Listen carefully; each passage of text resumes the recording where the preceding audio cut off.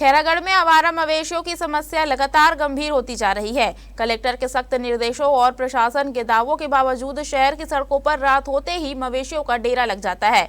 मुख्य मार्गों, चौक चौराहों और बाजारों में मवेशियों की मौजूदगी से दुर्घटनाओं का खतरा बढ़ गया है। वहीं बंद स्ट्रीट लाइटें और अव्यवस्थित सब्जी बाजार लोगों की परेशानी को और बढ़ा रहे हैं।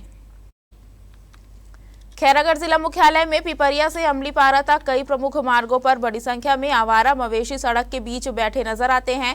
बारिश के मौसम में सूखी जगह और मच्छरों से बचने के लिए मवेशी सड़कों पर आ जाते हैं, जिससे वाहन चालकों को भारी परेशानी का सामना करना पड़ रहा है और हर समय दुर्घटना की आशंका बनी रहती है। शहर के प्रमुख चौक चौराहों और बाजार क्षेत्रों में नंदियों की बढ़ती संख्या भी लोगों के लिए मुसीबत बन गई है।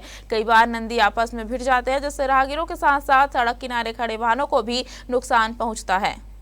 खैरागढ़ सूर्यदान गंडई जिले का जो जिला मुख्यालय खैरागढ़ है, वहाँ इन दिनों अव्यवस्थाओं का अंबार लगा हुआ है।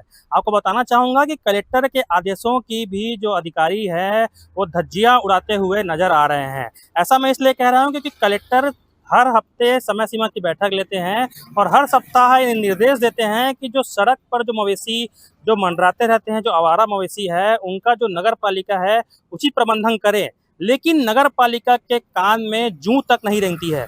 नगर पालिका सिर्फ खाना पूर्ति करने के लिए इन मवेशियों को शहर के बाहर ले जाकर छोड़ देती है और चारा पानी की तलाश में वापस ये मवेशी शहर का रुख करते हैं। और शहर के मुख्य मार्गों में सड़क सूखा होने की वजह से, चूंकि बारिश का मौसम है और बारिश के मौसम में जो आसपास का क्षेत्र गीला रहता है, तो सूखे स्थान की तलाश में मवेशी सड़क पर आ जाते हैं और सड़क में ही झुंड बना के बैठ जाते हैं। और रात के समय में जो शहर की जो रोशनी है, स्ट्रीट लाइटें तो लगी हुई है, लेकिन लाइटों में रोशनी नाम की कोई चीज नहीं है। अगर आप नीचे खड़े हो जाएंगे तो आप दिखाई नहीं देंगे। इस प्रकार की यहाँ पे स्थिति है, तो मवेशी कहाँ दिखाई देंगे।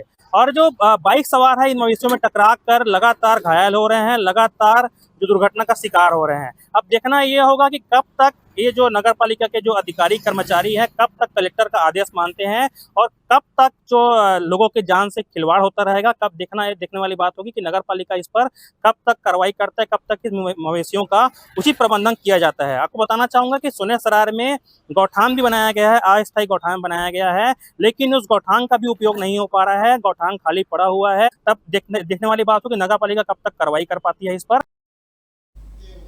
गोल बाजार स्थित गुजराती होटल के सामने लगने वाला अस्थायी सब्जी बाजार भी अव्यवस्था की बड़ी वजह बन रहा है। स्थानीय व्यापारी लंबे समय से इस व्यवस्था में सुधार की मांग कर रहे हैं, लेकिन अब तक स्थिति में कोई खास बदलाव नहीं आया है। वहीं शहर की कई स्ट्रीट लाइटें बंद होने से रात के समय सड़कें अंधेरे में डूब जाती है।